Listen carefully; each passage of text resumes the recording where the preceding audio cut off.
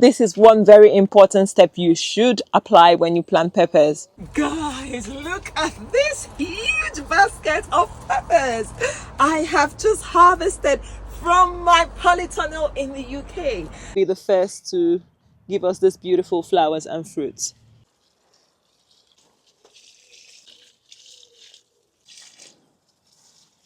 Hello everyone and welcome to a new video. This is Mecca.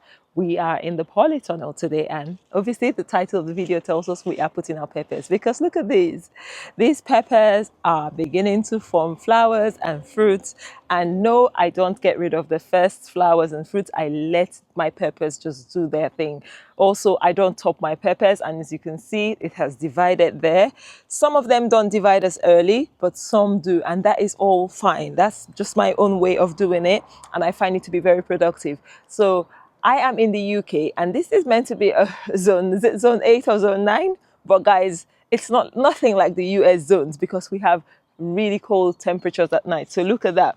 This is May, and we've had a temperature of 1 degree the minimum and 39 maximum. Hopefully we have escaped the last frost, but we might still get a late frost. It's not, guaranteed.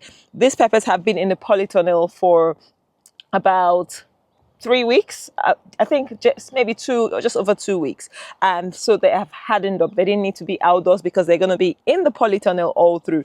But I put them up in this little enclosure, covered them up with fleece, extra fleece, just to make sure I don't have them dying by frost. Now if you come down here, I'll show you something. So when I put these peppers out, actually one of my videos, I showed you that I was experimenting in hardening some of direct. This has been eaten badly by only God knows what. I have no idea what insect. It's not slugs. I don't know. I don't know. It could be woodlouse, but they were really hungry. They've eaten that. And also this one looks really stressed. This is a different variety, but they have branched up better than the ones in the pot. Now the ones in the pot, this is a bot jolokia, and it was planted on the 14th of January. So it's been there for a while. It is root bound, so obviously it needs a little bit more nutrients, but it is looking good. Once again, you see, I don't top my peppers. Look at this one. It's giving me, I don't even know, I think it's a cayenne. It's giving me so many branches. So that is really good. So I'm going to put that one there. It's the problem with my peppers is I sort of lost the labels. Not really lost them, but I only use one label, and when I pot them on, it just goes all over the place. So I'm not sure what's going where. All I know is I'm going to get peppers, so it might not be uniform, but that's not a problem at all. These ones that have branched off, I think is the same variety. So the branching off is all variety based. I don't even know what they are again. This is like a cayenne. The leaves of the cayenne peppers are usually longer, whereas the leaves of the bells are usually wider. These are my hot yellow ones. They are way wider than the others. They are quite hot.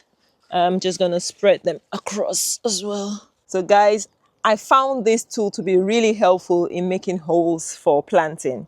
It's really quick. Rather than using my trowel, I space the peppers roughly, I don't know how many foot, just give it enough space because I'm planting 2 in a row.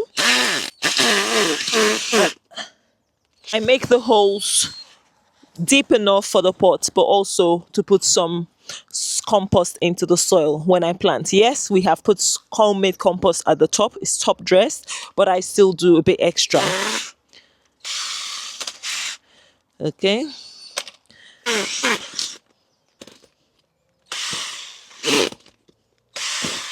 We've got a nice row of holes. Next, I will be putting in some. In here, I have some eggshells I have crushed into powder. I have a video showing how I do that. I also have some compost and a bit of chicken pellets and blood and fish bone meal. To be honest, I just add extra organic matter. It doesn't have to be this mixture, but I find this mixture helps. And I don't add a little into each planting hole. Then I cover it with a bit of compost because I don't want the roots to come into direct contact with this, so because it could burn the plant. So I just add a little there, just a little bit, just into each planting hole. This might look like it's a bit extra, adding some more stuff into the planting holes, but we have a very short growing season. By the end of September, these peppers will not be fruiting. Even before then, maybe they'll just be ripening. So I want to maximize the growth. So I want to speed it up a bit, and in the most natural way possible. Okay. So I'm just gonna cover. If you see what I do, I'll cover that, and then I put my plant into the hole, and I'll just cover it up. I leave a bit of a dip as well, so that when you water and there is a dip, the water stays in the roots area. It doesn't run off. That's just all. So back again, we're just gonna put some soil to cover the organic matter we've added. Put that in and then just cover it, making sure we leave a little dip so that when we water, we don't get runoff. And then we're gonna do the same there.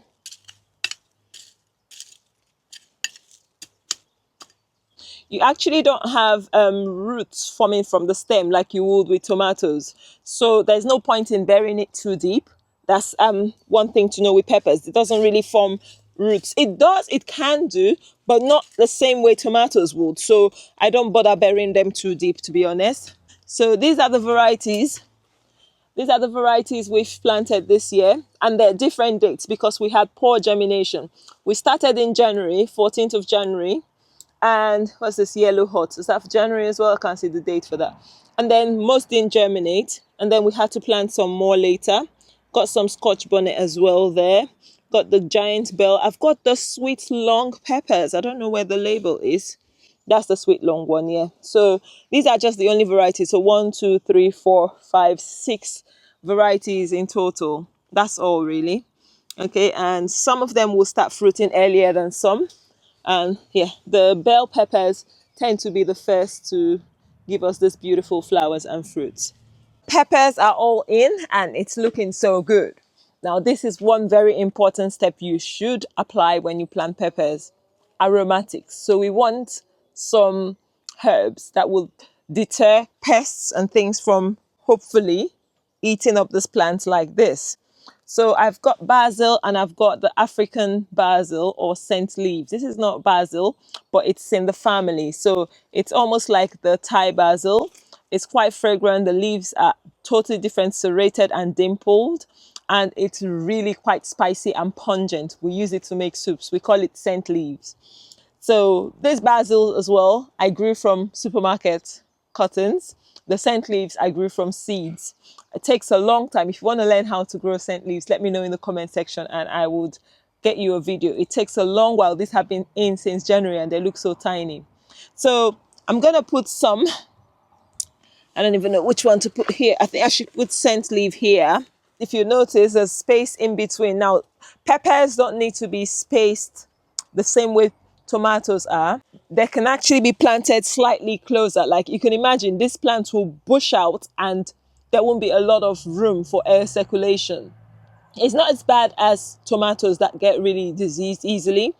But you still need to space them for airflow. That's why I've got spaces here. But I'm also going to be putting my aromatics in between some of the spaces, some of the gaps in the middle.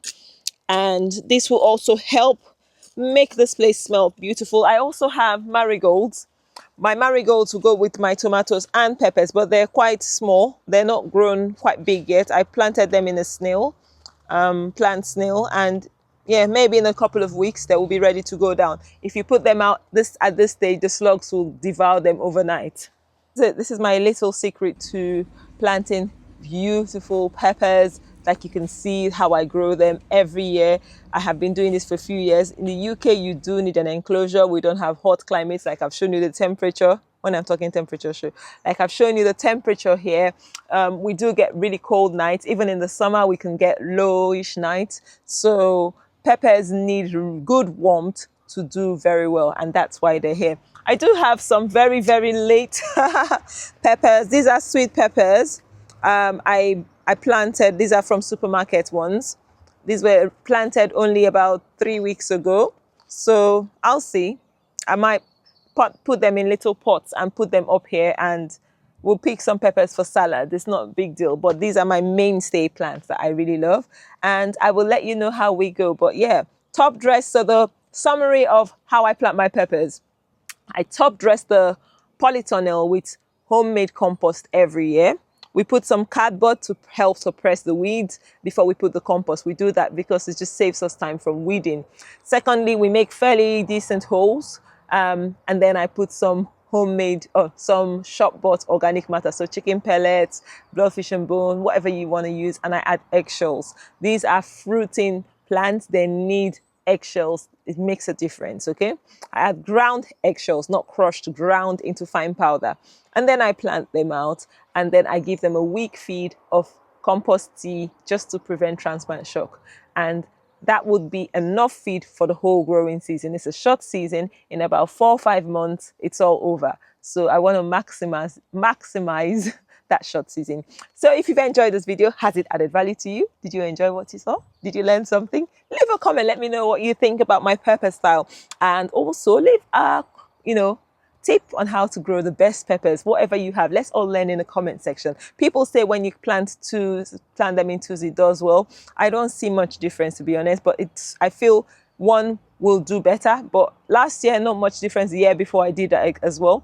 When these plants are taller, I would have to stake them because they do get leggy, or they just get heavy from the fruit. Like this Scotch bonnet now, it's only branching out up here. So the fruit might probably get to this point and it's heavy when it's fruiting. So it needs a bit of staking, and sometimes I just tie them a string to stake them. But hopefully I'll bring you guys along when I get there. Anyway, until next time, see you in another video. Bye.